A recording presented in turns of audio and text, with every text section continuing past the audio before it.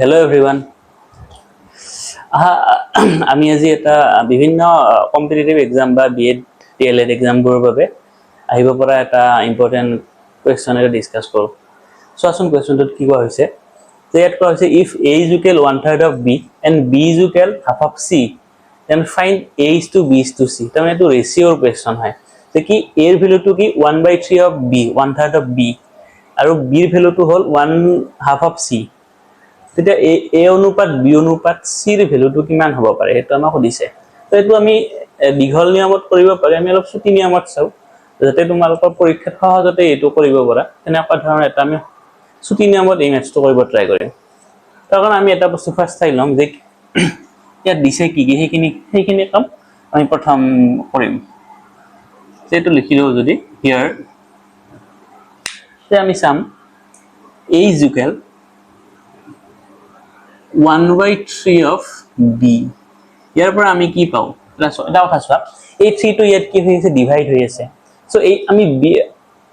b ৰ ভ্যালুটো উলিয়াব try কৰিম যে b ৰ ভ্যালুটো যদি আমাক লাগে তেতিয়া আমি কি কৰিম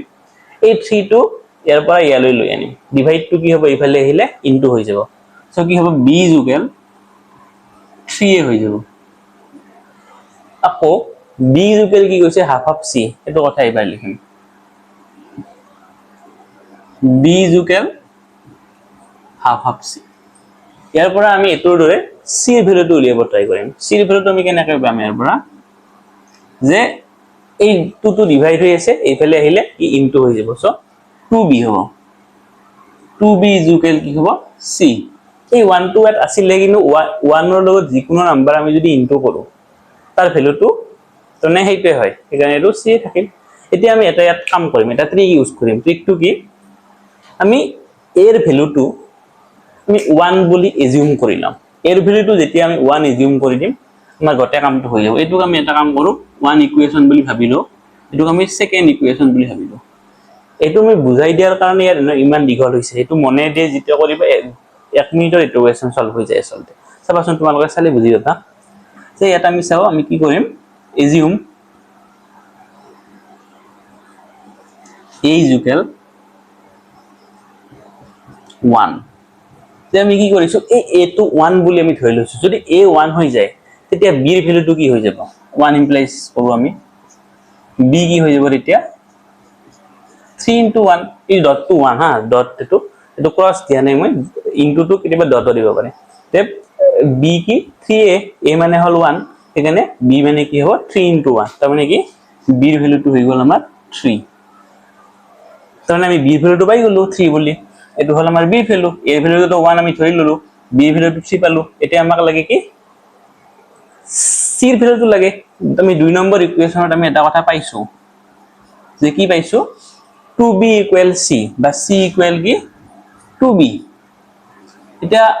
আমি যদি চাও a is equal মই কি কৈছো 1 বুলি কৈছো a যদি 1 হয় আৰু b কি পাইছো a 1 হলে b কি হয় 3 হয় সো আমি এই b টোৰ প্লেসত 3 পুট কৰি দিম সো কি হৈ যাব 2 into 3 তাৰ মানে c is equal কি হৈ যাব আমাৰ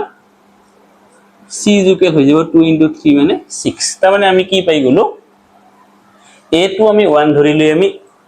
a ৰ ভ্যালুও পালো b ৰ ভ্যালুও পালো c ৰ ভ্যালুও পালো আমাক সুধিছিলে কি আমি এটো চাম যে আমি কি